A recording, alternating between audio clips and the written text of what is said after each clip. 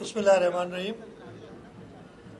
मैं आज यहाँ सिंध क्राफ्ट फेस्टिवल जो सालाना होता है 2025 में ये फेस्टिवल हो रहा है उसका इफ्तिताह करने आया हूँ।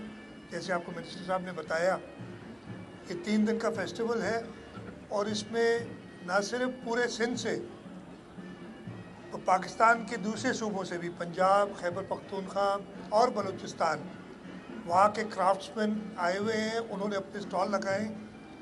मैंने तकरीबन एक स्टॉल यहाँ विज़िट किया है और देख के बड़ी खुशी हुई है। और ख़ास तौर पे ये मुझे खुशी हुई है कि हमारी रूरल एरियाज़ की ख़वातीन वो जो हुनर जानती हैं और इधर उस हुनर को आप देख सकते हैं जिस तरीके से उन्होंने मलबूसात, कढ़ाई का काम, उसके अलावा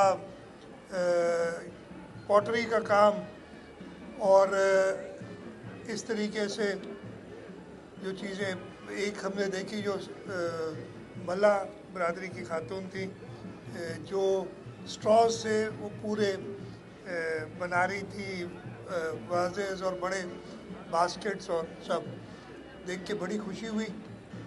मैं कल्चर डिपार्टमेंट को मुबारकबाद देता हूँ कि यहाँ पे उन्होंने इस फेस्टिवल को ऑर्गेनाइज़ किया है। जैसे बताया गया कि यहाँ पे स्टॉल्स हैं। हमें कई ख़ास तौर पे ख़वातीन ने कहा कि हमें फैसिलिटेट करें कि हम यहाँ दुकान लगाएं और मैंने मिनिस्टर साहब से कहा है कि जिस को इधर दुकान लगानी है सिंध गवर्नमेंट उनकी मदद करेगी। हमारे पास ऐसे मौजूद हैं एवेन्यूज़ जिसके ज़रिए से हम उनकी मदद करके और वो अपने फ़न को मज़ीद फ़रोग़ दे सके और उससे वो अपनी एक गुजारे के लिए और अपनी एक इनकम जनरेट कर सके।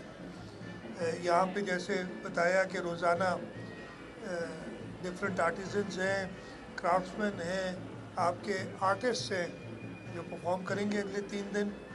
मैं पोर्ट ग्रैंड की ऑर्गेनाइज़र्स का भी शुक्रगुज़ार हूँ कि उन्होंने यहाँ जगह दी है कल्चर डिपार्टमेंट को और उन्होंने जैसे मुझे बताया गया कि इसके लिए चार्ज भी नहीं करते, वो फ्री ऑफ कॉस्ट की जगह देते हैं कि कल्चर डिपार्टमेंट इनको इनवाइट करे डिफरेंट आर्टिजन्स को, क्राफ्ट्समैन को पूरे सिंध से।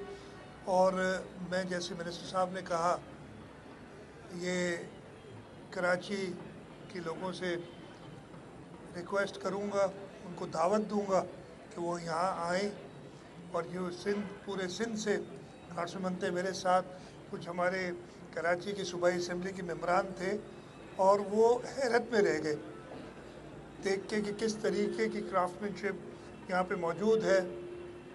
और इंशाल्लाह ताला ये हमारा काम है इनको मज़ीद फ़रोग़ दें, इनको फैसिलिटेट करें ताकि ना सिर्फ सिंध पूरे में बल्कि सिंध से बाहर बाकी सूबों में और पूरी दुनिया में ये क्राफ्ट्समैन अपनी जो हुनर है उसकी नुमाइश कर सकें और उससे अपने लिए एक बेहतर इनकम पैदा कर सकें। अच्छा सिंध साहब, जैसे सिंध तो यहाँ पैगाम देता है एक का मोहब्बत का, कुछ लोग जो हैं वो अब इस बात पे आ गए हैं कि भाई सिंध को 6 सूबों में जो है बांट दें। कुछ लोग पंजाब से आए हुए हैं या कराची में भी ऐसी बातें चल रही है। ये कौन सी कोत है जो सिंध के 6 सूबे करना चाहते हैं? इस कान से सुनो, इसी से निकाल दो। अच्छा, मुझे दिमाग में भी नहीं आया। मैंने कल बड़ी बात की थी यार, आप लोगों ने पता नहीं सुना, जो भारत के एक वज़ीर ने कहा कुछ बात, तो मैंने कहा किसी में अल्लाह ताला के अलावा किसी में ये ताकत नहीं है कि वो सिंध को पाकिस्तान से अलग कर सके। सिंध पाकिस्तान बनाने वाला है और किसी में ताकत नहीं है कि सिंध की जो जोग्राफिया है उसको किसी तरीके से भी बदल सके। अल्लाह के अलावा और किसी में ताकत नहीं है। तो ये बातें जो है ना, मैं कल भी बात की थी ना, सुना, पता नहीं क्यों आप लोग सुनते भी हैं जो चीज़ जो आप सुनते हैं। मतलब मैं सिर्फ आपसे ये रिक्वेस्ट करूँगा, या तो आप समझते हैं कि ये हो सकता है, बात करें। मैं नहीं समझता हूँ ये कभी हो सकता है। एक और बात चल रही है, नवाज़दीप के मिनिस्टर भी कह रहे हैं कि अखाजी तस्वीर आ रही है उसमें एनएफसी और वसाइल जो है उसका नैसर होगा, तो वाकई आ रही है। ये मेरी बात सुने, आपने 27वीं तरमीम, मुझे हैरत ये होती है कि हमारी मीडिया बड़ी वैसे जानदार है और ख़ास तौर पे लोगों को मुझे पता है कि बड़ी रिसर्च करते हैं। सिर्फ एक चीज़ देख लें चेयरमैन बिलावल भुट्टो जरदारी साहब ने एक ट्वीट की थी, उस ट्वीट में ये चीज़ें शामिल थी, तो 27वीं में शामिल थी, रिजेक्ट कर दी। ये चीज़ें तो 27वीं में शामिल थी ना। आपने वो ट्वीट देखी, आपने पढ़ी होगी ना, जो आपने दोनों बातें की, वो दोनों बातें उस ट्वीट में कहा था कि ये प्रपोजल्स आ रहे हैं, लेकिन जब पाकिस्तान पीपल्स पार्टी की सीईसी के सामने ये प्रपोजल्स आए, उन्होंने उनको रिजेक्ट कर दिया। तो ये रिजेक्ट वाली चीज़ें वो रिजेक्ट ही रहती हैं। आज उस्मा बुखारी ने बयान दिया है कि बिलावल भुट्टो कभी वज़ीर आज़म नहीं बन सकते, ये सिर्फ ख्वाब है। और दूसरा ये बताएं कि आज आप जिस जगह पे खड़े हुए हैं, कल्चर के हवाले से पूछ लेते हैं कि तहजीब है हमारी, उसको रिसर्च में शामिल नहीं किया जा रहा, लोग इस पर रिसर्च नहीं करते, लोग उसको किसने कहा? लोग सारे बहुत सारे जो है अपने पुराने कहाँ से कहाँ घूम गए अब यार। एक मैं लेता हूँ। उस्मा बुखारी वाले जवाब देते हैं। अरे मेरे भाई, हम ख्वाबों को हकीकत में बदलना जानते हैं, शुक्र है ख्वाब तो देखा। ख्वाबों को हकीकत में बदलना अल्लाह ताला की मदद से हमारा काम है। मुझे नहीं पता क्या बयान दिया है, लेकिन मैं सिर्फ बता रहा हूँ कि कोई ख्वाब देख रहा है तो उसको हकीकत में इस मुल्क की आवाम बदलेगी इंशाअल्लाह। पाकिस्तान का भी ख्वाब देखा था, इस खित्ते की आवाम ने उस ख्वाब को शर्मिंदा ताबीर किया। इसी तरीके से बिलावल भुट्टो सरदारी साहब इंशाअल्लाह ताला इसको जी। गवर्नर सिंह की तब्दीली के हवाले से बातें चल रही है, सईद गनी भाई ने तो जवाब दे दिया, आप भी पता नहीं सियासी क्या दिया। बसीरत देते रखते मैं हैं, जवाब तो दे आप दूं। क्या कहना चाहेंगे? दूसरा ये है कि रोटी कपड़ा और मकान का आपका मंशूर है, एलडीए और एमडीए पे जो है कोई कामयाब मंसूबा नहीं हुआ। मैं आपको बताता हूँ। सबसे पहले तो मुझे नहीं पता सईद गनी साहब ने क्या जवाब दिया है। मैं कई बार ये कह चुका हूँ, इसमें सूबा सिंध के चीफ मिनिस्टर, सूबा सिंध की असम्बली, सूबा सिंध के एमपीए का कोई किरदार नहीं है। ये जो भी अपॉइंटमेंट होती है, जब पहले लगाया गया था ना पूछा जाता है ना, और इसलिए कि हमारा हक नहीं है। जो हमारी आइन है उसमें लिखा हुआ है, जो जिस तरीके से अपॉइंटमेंट होती हैं, प्राइम मिनिस्टर प्रेसिडेंट को एडवाइस करते हुए अपॉइंट होते हैं, उसी तरीके से होगा। मुझे बाकी तो मुझे कोई इल्म नहीं है। आपने कहा कि कोई एलडी और एमडीए की स्कीम्स नहीं आई, इंशाल्लाह ये काफ़ी अरसे तक देखें। हुआ ये था कि ये दोनों एलडी और एमडीए पाकिस्तान पीपल्स पार्टी की जो 93 से 96 की शहीद मोहतरमा बेनज़ीर भुट्टो की हुकूमत थी, उस ज़माने में ये बने थे। अनफॉर्चुनेटली जैसे ही हुकूमत गई थी, इन इदारों को ख़त्म कर दिया गया। दोबारा हमने 2010 में रिवाइव किया, और इस वजह से जो मुश्किलात आई थी, जो प्लान था उसको इम्प्लीमेंट करने में हमें टाइम लगा, लेकिन इंशाल्लाह ताला ये लोगों की बेहतरी के लिए बनेगी। पीपल्स पार्टी जमहूरियत पे यकीन रखती है और जमहूरी पार्टी कहा जाता है पीपल्स पार्टी को है। जो यहाँ पर जो एहतजाज हो रहे हैं, एक तो किसी को कराची प्रेस क्लब के सामने एहतजाज नहीं दिया जा रहा, आज पीटीआई के लोगों ने एहतजाज किया, उनको गिरफ्तार किया गया। दूसरा ये कि कल मीर मुन्नत तालपुर साहब ने कहा है कि वकला जो है वो सिर्फ 27वीं तरमीम के बाद क्यों करते हैं, बाकी जो सिंध के मसाइल है, सुपर हाईवे पे जमीनों पे कब्जे हो गए, उन पे वकला क्यों नहीं एहतजाज करते? मुझे नहीं पता। ये देखें, मैंने ये कहा था आपने, मैं वकला वाली बात पहले कर लेता हूँ, फिर एहतजाज वाली बात पे आ जाता हूँ। मैंने एक बात कही थी, वकला, मैं खुद एक वकील का बेटा हूँ, और मैंने बचपन से बहुत अच्छे वकला की सोबत में बैठ के उनकी बातें सुनी और उनसे सीखा है। वकला अपनी दलाइल से बात करते हैं, और दलाइल देने के लिए उनके पास कोर्ट्स मौजूद हैं। उसके बाद वो फिर वकील नहीं रहते, फिर वो कुछ और बन जाते हैं। अगर वकील जो है, मैं बड़ी खुल के बात कर रहा हूँ, ये उसके अगर आपके पास अच्छे दलाइल मौजूद हैं तो आप अदालतों से वो बात कर सकते हैं। अगर दलाइल मौजूद नहीं है तो फिर आप बाकी तरीका इस्तेमाल करते हैं। जहाँ तक आपने कहा, देखें उस दिन भी ये मसला हुआ था, और मेरा बड़ा क्लियर मौक़िफ़ है, अगर 50, 100, 150, 200, 250 आदमी या 500 आदमी, इतने तो होते भी नहीं है कभी, ये 50 से ऊपर नहीं जाते जो लोग सारे, मैं वकला की बात नहीं कर रहा हूँ, 100 होंगे, 150 होंगे, वो इस तकरीबन 2 करोड़ की शहर के लोगों को यरगमाल बना लेते हैं, रोड बंद कर देते हैं, सबको तकलीफ़ होती है, तो हुकूमत एज एडमिनिस्ट्रेटिव बॉडी क्या करेगी? सिंपल बात यह है कि एहतजाज का हक हर एक को है, ख़ास तौर पे एक जमहूरी हुकूमत। आपने कहा समझते हैं, हम जमहूरी पे यकीन रखते हैं, हमारी पूरा जो नस्बुल-ऐन है हमारी आइडियोलॉजी जमहूरियत है, और उसमें हम कहते हैं हर एक को हक है, लेकिन किसी भी तरीके से आप दूसरों को तकलीफ़ में नहीं ला सकते। अगर ऐसा ही है तो फिर ये फ्री फॉर ऑल करते हैं जी, कभी कोई रोड ब्लॉक कर देता है, कभी कहाँ रोड ब्लॉक हो जाता है। तो मेरी सबसे ये दरख्वास्त होगी कि एहतजाज करने के तरीक़ेकार होते हैं और उन एहतजाज के लिए बिल्कुल इनको जाना चाहिए। हम कब एहतजाज करते हैं? सियासतदान, आपने देखा है, हम लोगों के मसाइल पे ज़रूर एहतजाज करते हैं। हम रोडों पे तब आते हैं जब हमारे ऐवान नहीं होते।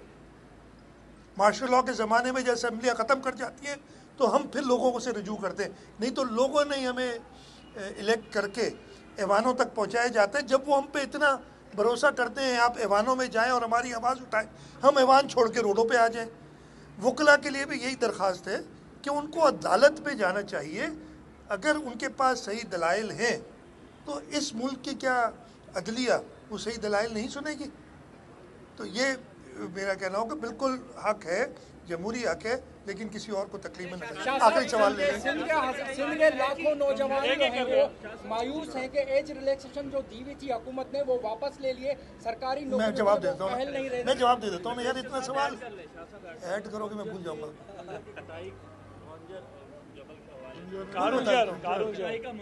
कारूंजर मैं बता दूँ। अच्छा, मैं दोनों का सवाल नहीं जवाब।